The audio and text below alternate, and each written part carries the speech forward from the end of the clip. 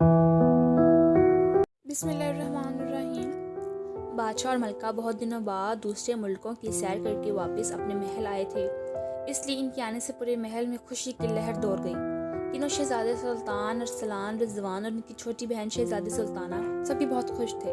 وہ چاروں بھائی بہن بادشاہ اور ملکہ کے ساتھ نہ جا سکے تھے کیونکہ اس سے ان کی تعلیم کا حرج ہوتا۔ بادشاہ اور ملکہ کے محل سے چلے جانے سے وہ اداس ہو گئے تھے کیونکہ وہ انہیں بہت یاد آتے تھے۔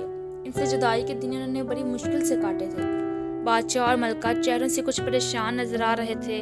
شہزادی سلطانہ تو بہت چھوٹی تھی، اس لیے ان کی پریشانی کی طرف اس کا دھیان ہی نہیں گیا۔ وہ ان تحفوں کو دیکھ دیکھ کر خوش ہونے لگی جو بادشاہ اور ملکہ اس کے لیے دوسرے ملکوں سے لائے تھے، مگر تینوں شہزادے چونکہ بڑے تھے اس لیے انہوں نے بادشاہ اور ملکہ کی پریشانی بھانپ لی تھی۔ انہیں اس بات پر بھی حیرانی تھی کہ دونوں نے اپنی ایک ایک آنکھ بند کر رکھی تھی اور ایک ہی آنکھ سے ادھر ادھر دیکھ رہے تھے۔ ان کی پریشانی اور ایک بند آنکھ دیکھ کر بڑے شہزادے سلطان نے پوچھا، ابا حضور، نصیب دشمنہ طبیعت تو کہیں ناساز نہیں؟ آپ کچھ پریشان نظر آتے ہیں۔ آپ نے اور امی حضور نے اپنی ایک ایک آنکھ بند کر رکھی ہے، کوئی تنکا یا پتنگا وغیرہ تو نہیں پڑ گیا ہے؟ حکم ہو تو ہم نکال دیں۔ بادشاہ نے دوسری آنکھ بھی کھولتے ہوئے اداسی سے بولا، شہزادے ہم کچھ نہیں، بہت پریشان ہیں۔ واپسی کے سفر کے دوران جانے کیا بات ہو گئی کہ ہمیں اور آپ کی امی کو ایک ایک کے دو نظر آنے لگے۔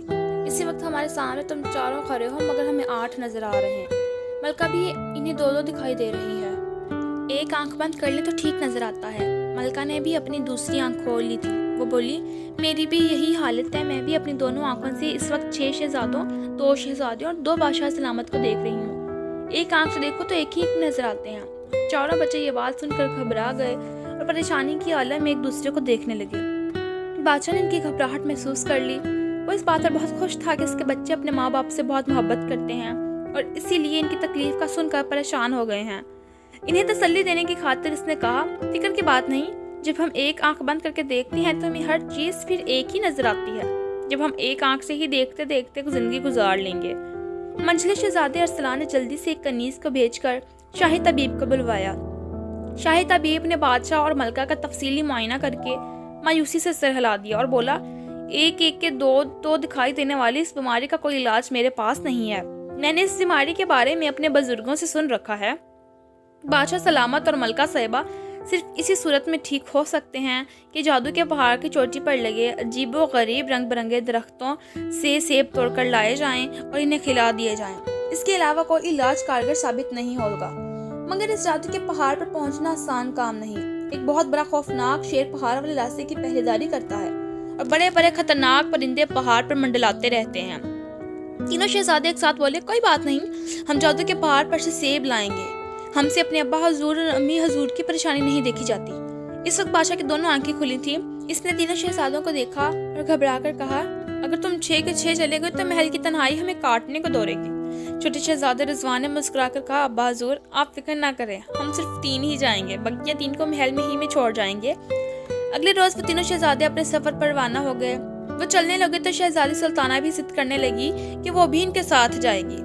اسے بڑی مشکلوں سے منع کر کر روکا گیا۔ راستہ واقعی بہت پرخطر تھا، پھر بارشیں بھی شروع ہو گئی تھیں، اس وجہ سے ان کا سفر اور بھی دشوار ہو گیا تھا۔ گھنے جنگلوں سے ہوتے ہوئے دریاؤں کو عبور کرتے ہوئے وہ ایک بستی میں پہنچے۔ بارشوں نے ہر طرف تباہی مچا دی تھی اور گھروں کو شدید نقصان پہنچایا تھا۔ بستی میں انہوں نے دیکھا کہ ایک بوڑھی عورت اپنے ٹوٹے ہوئے مکان کی مرمت کر رہی ہے۔ بستی کا کوئی شخص بھی اس کی مدد نہیں کر رہا تھا کیونکہ وہ بھی اپنے اپنے مکانوں کی مرمت کے کاموں میں لگے ہوئے تھے جو موسلا دھار بھاری کی بارش کی وجہ سے ٹوٹ پھوٹ کا شکار ہو گئے تھے۔ اس بوڑھی عورت کو مٹی کی اینٹیں اور گار خود اٹھا کر لانا پڑ رہا تھا۔ شہزادوں کو یہ دیکھ کر بہت افسوس ہوا اور وہ اپنے گھروں سے اترے اور اس بوڑھی عورت کو ایک طرف بٹھا کر اس کے گھر کی مرمت میں مصروف ہو گئے۔ وہ بوڑھی عورت ان کی ہمدردی دیکھ کر بہت خوش ہوئی اور انہیں دعائیں دینے لگی۔ شام تک بہت سارا کام ہو چکا تھا اور مکان کی تھوڑی سی مرمت باقی تھی۔ شہزادوں نے ارادہ کیا کہ باقی کام کل کریں گے۔ انہوں نے بوڑھی عورت کو اشرفیوں سے بڑی تھیلی بھی دی اور اس سے خود درخواست کی کہ وہ ان کے کھانے پینے کا انتظام کرے اور انہیں اپنے گھر میں رات گزارنے دے۔ بوڑھی عورت بہت غریب تھی، اشرفیاں دیکھ کر خوش ہو گئی اور ان کے ٹھہرنے کا بندوبست کرنے لگی۔ ان کے لیے کھانا تیار کرنے لگی۔ کھانے کے بعد اس نے شہزادوں کے بارے میں دریافت کیا کہ وہ کون ہیں اور کہاں جا رہے ہیں۔ شہزادوں نے اسے بتایا کہ وہ اس ملک کے شہزادے ہیں۔ ان کے ماں باپ کو کسی پر اصرار بیماری کی وجہ سے ایک ایک کے دو نظر آنے لگے ہیں، اس لیے وہ جادو کے پہاڑ پر سے سیب لینے جا رہے ہیں تاکہ انہیں کھا کر ان کے ماں باپ کو ٹھیک طرح نظر آنے لگے۔ ان کی بات سن کر وہ عورت سوچ میں پڑ گئی اور کچھ دیر بعد خاموش رہنے کے بعد بولی، شہزادے ہونے کے باوجود تم نے مجھے غریب اور بوڑھی عورت کی مدد کی، میں تمہاری بہت شکر گزار ہوں۔ تم تینوں بہت نیک اور رحمدل شہزادے ہو۔ میں اس جادو کے پہاڑ کے متعلق جانتی ہوں۔ اس کی خاصیت یہ ہے کہ جو بھی اس پر چڑھنے کی کوشش کرتا ہے اس کے قدم پہاڑ پر جم جاتے ہیں۔ وہ کتنا ہی زور لگا لے اپنے قدم آگے نہیں بڑھا سکتا۔ ایسا ہی لگتا ہے جیسے اس کے پاؤں کسی نے جکڑ لیے ہیں۔ پھر اس پر چڑھنے والے راستے پر ایک شیر بھی ہوتا ہے۔ جب اس انسان کے پاؤں پہاڑ سے چپک جاتے ہیں تو وہ شیر اس پر حملہ کر کے اس سے ہڑپ کر جاتا ہے۔ یہ بات سن کر شہزادے پریشان ہو گئے۔ عرفان نے کہا، یہ تو بڑی مشکل ہو گئی ہے۔ جب ہمارے قدم ہی چپک جائیں گے تو ہم اس خونخوار شیر کا مقابلہ کیسے کریں گے اور پہاڑ کی چوٹی پر کیسے پہنچیں گے؟ تم لوگوں کو پریشان ہونے کی ضرورت نہیں ہے۔ تم نے میری مدد کی ہے، میں تمہاری مدد کروں گی، بوڑھی عورت نے کہا۔ اب تم لوگ کھانا کھا کر آرام کرو، کل اپنے سفر پر روانہ ہو جانا۔ مشقت کا کام کرنے کی وجہ سے تینوں شہزادے بہت تھک گئے تھے۔ کھانا کھا کر جو وہ لمبی تان کر سو گئے تو انہوں نے دوسرے روز کی ہی خبر لی۔ اگلے دن انہوں نے جلدی مکان کا بقیہ کام نپٹایا۔ کام مکمل ہو گیا تو بڑی عورت نے اپنا صندوق کھول کر اس میں سے سرخ رنگ کے جوتے، ایک جال اور ایک سنہرا تیل نکال کر انہیں دیا اور کہا، بہت پہلے میں ایک پری کے گھر خادمہ کا کام کرتی تھی۔ وہ بہت اچھی پری تھی اور میرا بہت خیال رکھتی تھی۔ جب اس کا دل جادو کی مختلف چیزوں سے بھر جاتا تو وہ انہیں پھینکتی نہیں تھی بلکہ مجھے دے دیا کرتی تھی۔ صندوق میں موجود یہ چیزیں اسی نے مجھے دی تھی۔ جب تم لوگ پہاڑ کے نزدیک پہنچو گے تو تمہیں اس کے پاس ایک شیر ملے گا۔ وہ پہاڑ پر چڑھنے والے راستے کا نگران ہے اور بہت خونخوار ہے۔ جب وہ تم پر حملہ کرنے کے لیے جھپٹے تو تم اس پر جادو کا جال پھینک دینا۔ یہ جال اس کو اپنی لپیٹ میں لے لے گا۔ تم وہاں آسمان پر بہت بڑے بڑے اور خوفناک پرندے بھی دیکھو گے۔ یہ پرندے اسی پہاڑ پر منڈلاتے رہتے ہیں اور ان رنگ برنگے درختوں کے سیب ان کی غذا ہیں۔ یہ کسی کو ان کے پاس بھٹکنے بھی نہیں دیتے۔ تم اس جادو کے تیر کو ان کی جانب پھینک دینا۔ یہ بجلی کسی تیزی کے ساتھ ان سب کا ایک ایک کر کے خاتمہ کر کے دوبارہ تمہارے پاس آ جائے گا۔ جب ان خوفناک پرندوں کا خاتمہ ہو جائے تو پھر تم میں سے کوئی ایک یہ جادو کے جوتے پہن کر پہاڑ پر چڑھ جائے۔ ان کے پہننے سے اس کے قدم پہاڑ سے نہیں چپکیں گے۔ پہاڑ کی چوٹی پر بہت سارے درخت لگے ہوں گے، ان کے پتے رنگ برنگے ہوں گے، وہ سب انہی پودوں میں لگتا ہے۔ مجھے امید نہیں کہ کوئی سیب تمہیں ملے کیونکہ وہ پرندے انہیں چٹ کر جاتے ہیں۔ بہرحال کوشش کرنے میں کوئی حرج نہیں۔ بوڑھی عورت کی اس بات نے انہیں تھوڑا سا پریشان کر دیا تھا کہ پرندے ان سیبوں کا صفایا کر دیتے ہیں اور ہو سکتا ہے انہیں کو وہاں کوئی سیب نہ ملے۔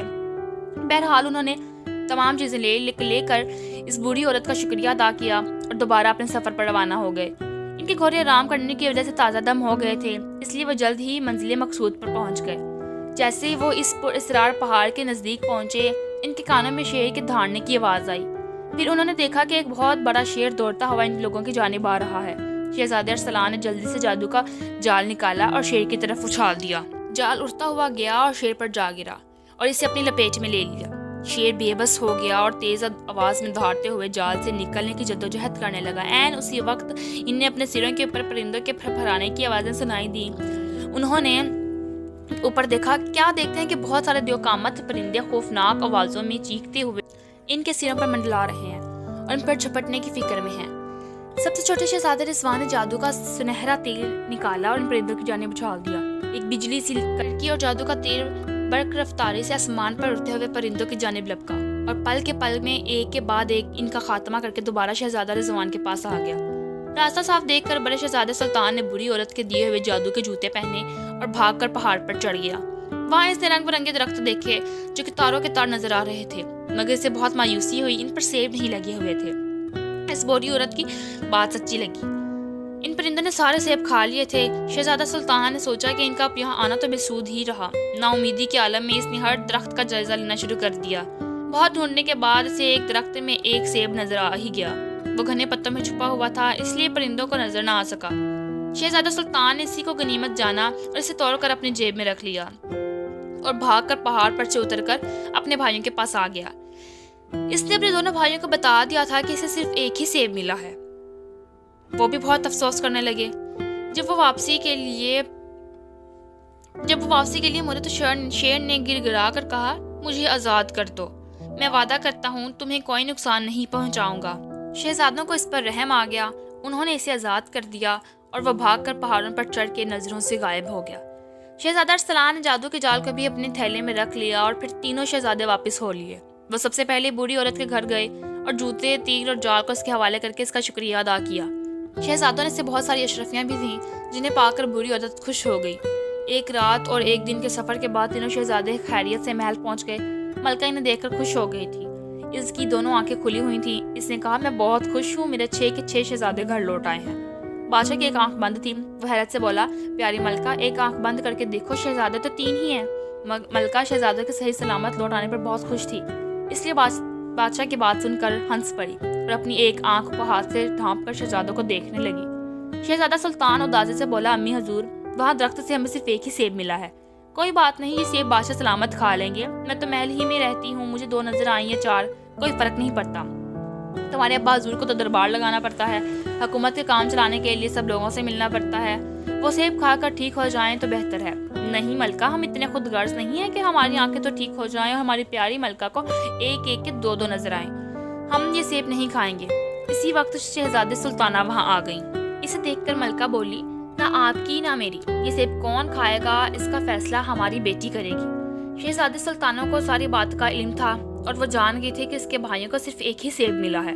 وہ آگے بڑھی، اپنے ایک بھائی کے ہاتھ سے سیب لیا اور پھر دوسرے بھائی کی کمر میں لٹکا ہوا خنجر نکالا اور سیب کے 2 ٹکڑے کر کے ایک بادشاہ کو اور دوسرا ملکہ کو تھما دیا۔ دونوں نے جیسے ہی سیب کھایا، دونوں کی آنکھیں بالکل ٹھیک ہو گئی تھیں۔ پیاری ملکہ، ہمیں دونوں آنکھوں سے سب ایک ایک نظر آ رہے ہیں، بادشاہ نے خوشی بھری آواز میں کہا، اور بادشاہ سلامت مجھے بھی۔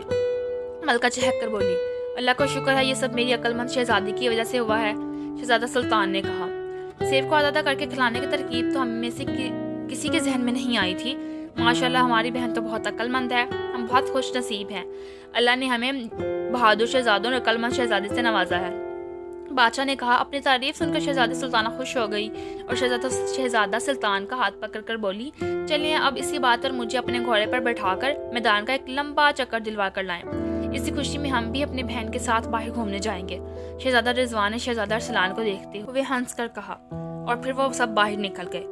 بادشاہ اور ملکہ انہیں مسکرا کر جاتا ہوا دیکھنے لگے۔ دوستوں، میں امید کرتی ہوں آپ کو اسٹوری پسند آئی ہوگی، کمنٹ کر کے لازمی بتائیں اور چینل کو سبسکرائب کر دیں تاکہ آپ کو ایسی اسٹوریز کا نوٹیفیکیشن ملتا رہے۔ اب میں آپ کی خدمت میں پھر حاضر ہوں گی ایک نئی اسٹوری کے ساتھ۔ اپنی دعاؤں میں یاد رکھیں۔ اللہ حافظ۔